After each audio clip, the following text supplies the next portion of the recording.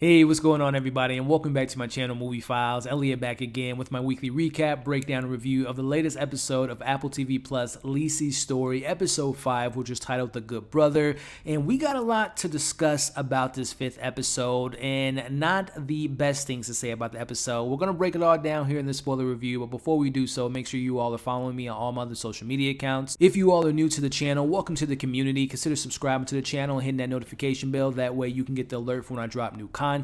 If you all enjoyed this review, make sure to give it a thumbs up, share the video. It helps out the channel a lot, but I also appreciate the support. And in the comments, once you've seen the 5th episode, let's talk about it. What did you think about the flashbacks? Do you feel like this show really isn't going anywhere?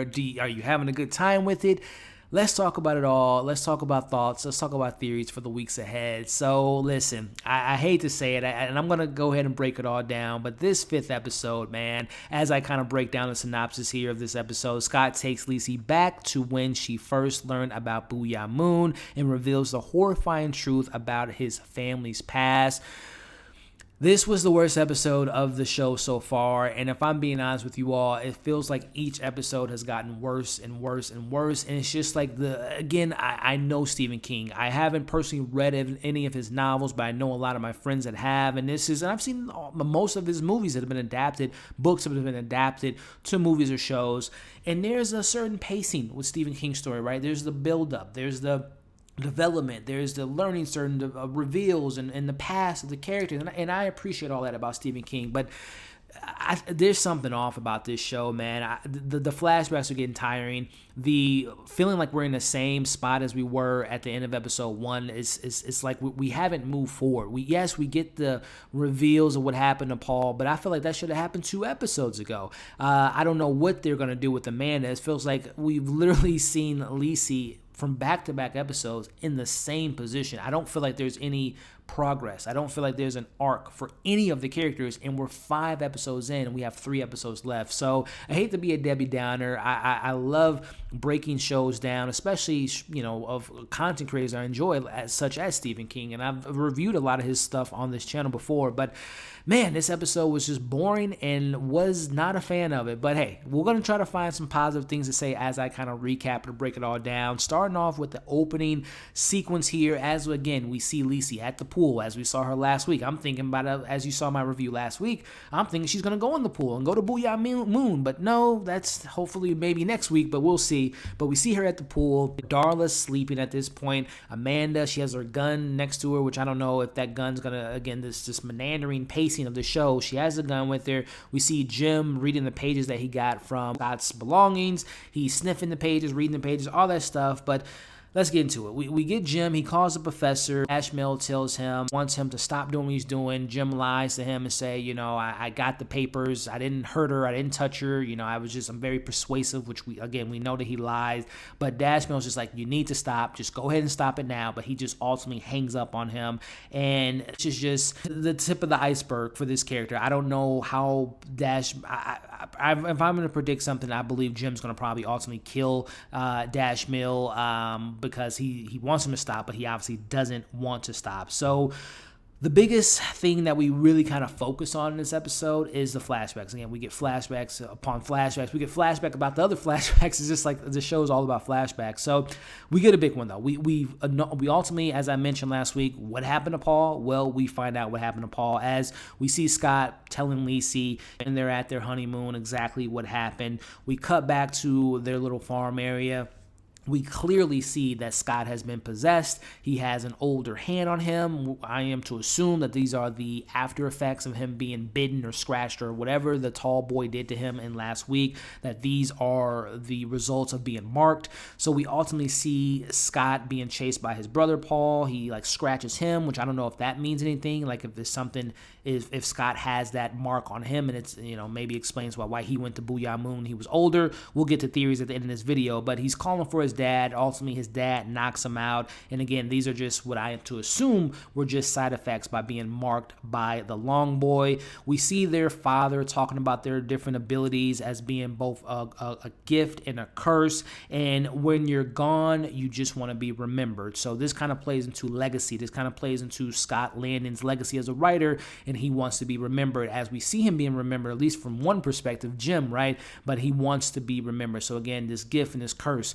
Who gave them this gift? Who gave them this curse? Where does Booyah Moon come from? This is the answers I'm looking for. Not all these flashbacks, learn about their past, but I want to learn more about Booyah Moon and these abilities. It's almost like The Shining. How do they tap into it?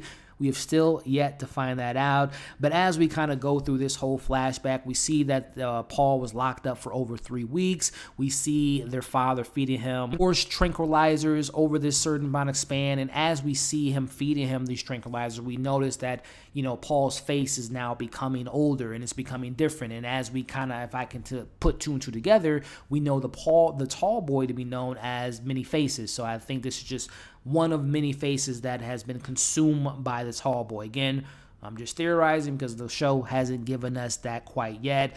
But I think the best part, as most of this episode is in flashbacks, the little kid that plays Scott, I believe his name is Sebastian, if I'm not mistaken. I thought that he was great. I thought that he carried the emotional beats. He kept me interested in those flashbacks.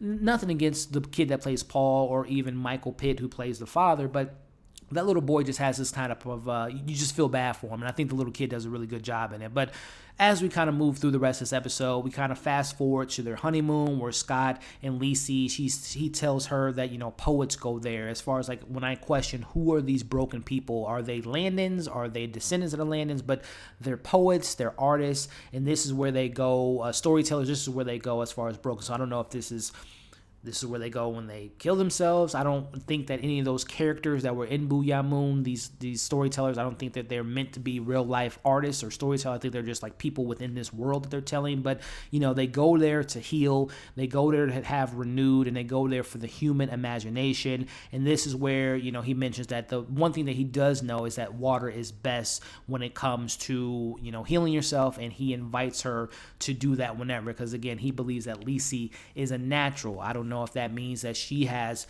ties to Booyah Moon, if it's revealed that she has a great grandmother or granddad that's tied into the Landons that allows her to go to Booyah Moon. But you see Lisey finds that Scott is in Booyah Moon. He's there next to the broken people. She's like, come on, come home with me. They're telling her to be quiet, and we see the long boy coming across them.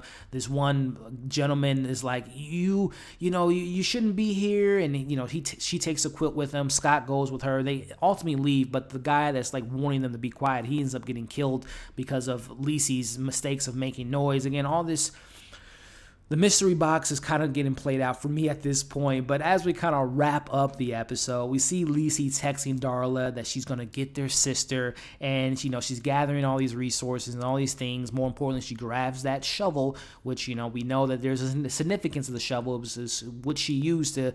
By the way, this is me going on a tangent, but if you guys remember episode 1, the guy that shot Scott for the first time, he said Scott referred to him as his son. I don't know literally if it's his son, like, if he gave birth to that kid, or if he just refers to his son as like his diehard fans. I'm not sure, but she takes a shovel. We'll see how significant that is to next week's episode. But we assume by her going in the pool that she will be going to Booyah Moon to get her sister, but also probably have a confrontation with Scott, and maybe we'll find out what he did to go back to Booyah Moon. So overall, man, this was just not a good episode for me as a whole. The pacing wasn't there. Again, I applaud that young kid, Sebastian, for his, really good acting in those, sad moments of seeing his brother Paul ultimately be shot by his dad and see that transformation and all that stuff. But it's just like, we could have got that 2 episodes ago, man. I don't think that we needed a whole episode, a 5th episode with 3 episodes left to really break all that down. So I hate to be the bearer of bad news and be all down and out on this episode, but this wasn't the episode for me. I'm hoping that things will pick up in episode 6, leading to the second to last episode and concluding with a good conclusion for the story. But as of right now, I just don't know where this story is going to end. Is it ultimately Lisey getting her sister out of Booyah Moon? Is it ultimately having the conversation with Scott of why we still don't know what ultimately happened to him? Did he take his own life? Did he cut himself? We don't know that. I don't even know if the show's going to explore the origins of Booyah Moon, but hey, I'm here every week talking about it. I know this isn't my most viewed breakdowns, but again, I like breaking down these Apple TV shows. I'm hoping for a satisfying conclusion. But if you guys are watching this on a week-to-week basis like I am, or if you're watching this 2 weeks down the road, or 6 years down the road, let me know your thoughts in this 5th episode. Let me know where you're at mentally with this show 5 episodes in, and what are some things that's working for you, what are things that aren't working for you, but also what do you hope to see in the 6th episode. Let's talk about it in the comments. As always, make sure to like, share, comment below, subscribe to the channel if you haven't already. Hit the bell, that way you don't miss any of my other content. Hope you all are staying safe. Hope you enjoyed this review, and we'll see you on the next video.